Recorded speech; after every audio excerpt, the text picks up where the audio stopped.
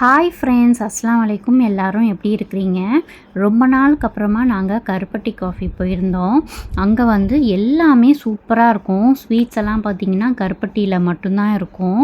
நாங்கள் பிரேக்ஃபாஸ்ட் டைமில் போனதுனால நான் வந்து எனக்கு தோசையும் என் பையனுக்கு தட்டு இட்லியும் வாங்கியிருந்தேன்.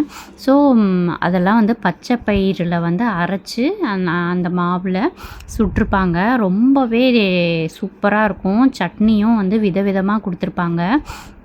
நான் அங்கே போன அன்னைக்கு சுக்கு காஃபி தான் குடிப்பேன். பால் இல்லாமல் சுக்கு காஃபி சூப்பராக இருக்குங்க. என் பையன் வந்து நுங்கு பாயாசம் தான் அங்கே வாங்கி குடிப்பான். இதை வந்து குடிக்காமல் அங்கேருந்து வரவே மாட்டான்.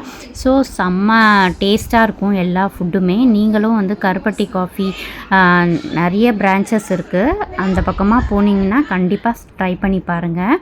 உங்களை நெக்ஸ்ட் வீடியோவில் மீட் பண்ணுறேன். பாய்.